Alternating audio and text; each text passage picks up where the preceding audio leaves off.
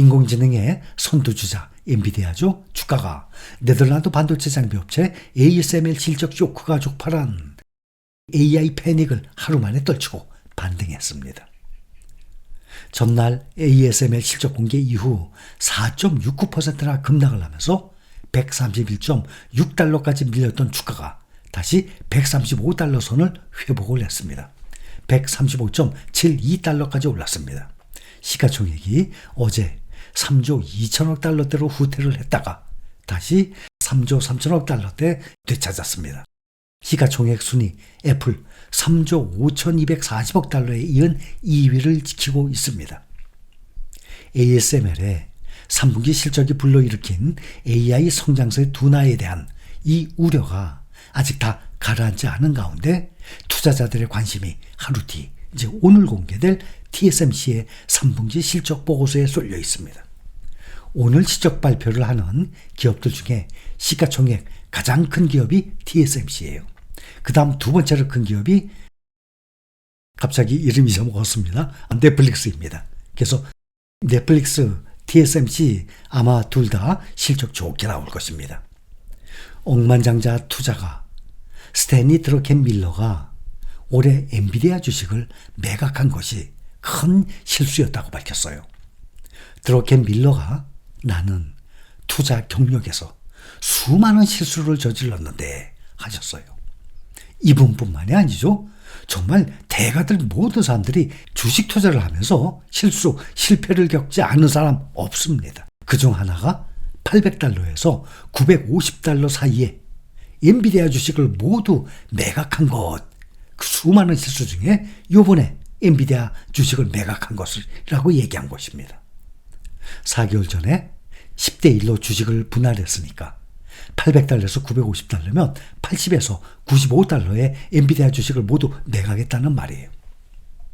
엔비디아 주가가 오늘 현재 135.72달러, 반올림해서 136달러. 이 주식을 평균 80에서 95달러 사이면 평균 88달러에 모두 매각을 했으니 현재 주가의 약 65% 되는 가격에 팔아버렸다는 거예요. 작년 초에 엔비디아 14달러에서 현재 1년 10개월 동안에 10배 가까이 폭등을 한 상태입니다. 드러켄 밀러가 그 지분 전체를 지금까지 유지를 했다면 현재 가치는 우리나라 돈으로 약 1조 6천억 이상이 됐을 것입니다. 이 사람의 현재 재산은 우리 돈으로 약 6조 3천억 정도 되는 것으로 알고 있습니다. 드러켄 밀러는 엔비디아는 훌륭한 회사이고 주가가 내려간다면 다시 참여할 것입니다. 하지만 지금은 매각 실패로 인한 상처를 치유하고 있다라고 말했습니다. 엔비디아 주가가 떨어진다면 다시 참여할 생각이 있다는 얘기예요. 저가 매수하겠다는 것입니다. 이렇게 월가에서 아무리 뛰어난 주식 투자라고 할지라도 판단의 실수와 투자 실패는 누구에게나 있는 것입니다. 워런 버핏의 스승이라고 하는 벤저민 그레이엄, 또 워런 버핏, 또 파트너 찰리 먼거, 뱅가드 그룹의 창업자죠. 인덱스 펀드의 창시자 존 버글, 또 지금 엔비디아를 매도 후에 후회하고 있다고 말씀드렸던 스탠리 드러켄 밀러. 위대한 투자자들 거의 대부분이 한때의 실수로 인해서 엄청난 손실을 받고, 손실, 금전적 손실이죠.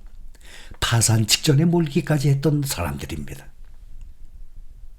또 영국의 케임브리지 대학에서 수학과 통계학을 전공을 하고 철학과 경제학도 함께 공부한 세계적인 경제학자 존 메이너드 케인스는 전 재산을 2번이나 날렸었습니다. 하물며 우리와 같은 개인 투자자들은 주식 투자를 하면서 얼마나 많은 실수와 시행착오를 일으켰겠습니까? 그런데 현재 여러분들은 이러한 크나큰 실수, 즉 주식시장에서 돈을 날려버리는 실수와 실패 없이 처음부터 순조롭게 정석적으로 투자 중이신 분들이 대부분입니다. 이게 얼마나 생각해보면 다행입니까?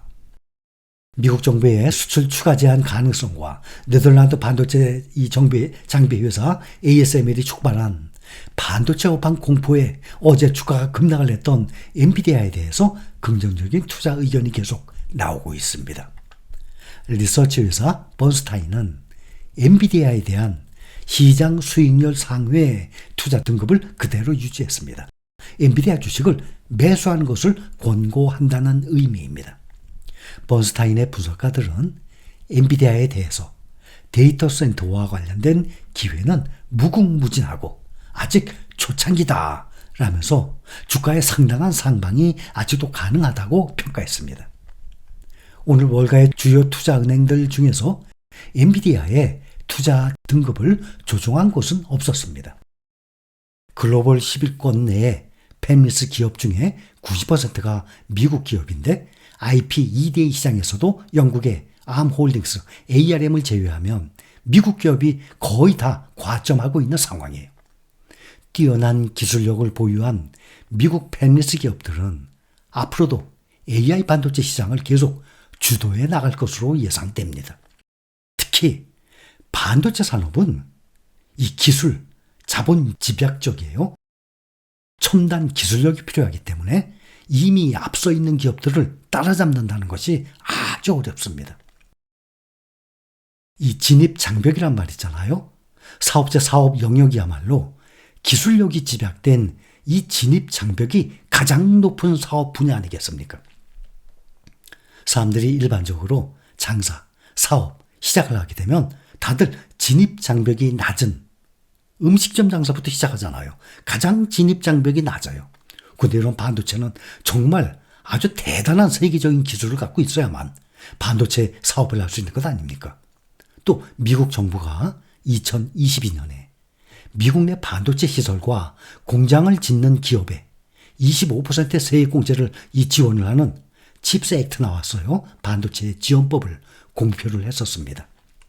이 반도체 지원법에 따라서 지원이 확정된 기업들이 현재 미국에 계획 중인 시설 투자 규모가 3,500억 달러, 한 470조 원 정도 됩니다.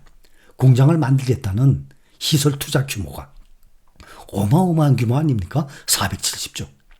그 대표적인 기업들이 삼성전자, 또 TSMC, 또 미국에 있는 인텔, 마이크론, 대표적으로 이런 7개 기업들이 해당이 됩니다. 모두 16개 이상의 공장을 신설해요. 그리고 10만 명에 이르는 일자리 창출 효과를 낼 전망입니다. 첨단 파운드리 생산 라인은 미국에 없어요. 현재 90%가 대만에 집중돼 있어요. 또 우리나라 삼성, 한국을 합치면 글로벌 공급량의 사실상 거의 100%에 해당돼요. 그런 공장을 미국에서 반도체 지원법을 만들어서 끌어들이겠다는 것입니다. 동아시아권에 치우쳐 있는 이 파운드리 생산 기지가 미국으로 이전한다면 미국 팹리스 기업들의 지배력이 더욱 커질 것입니다.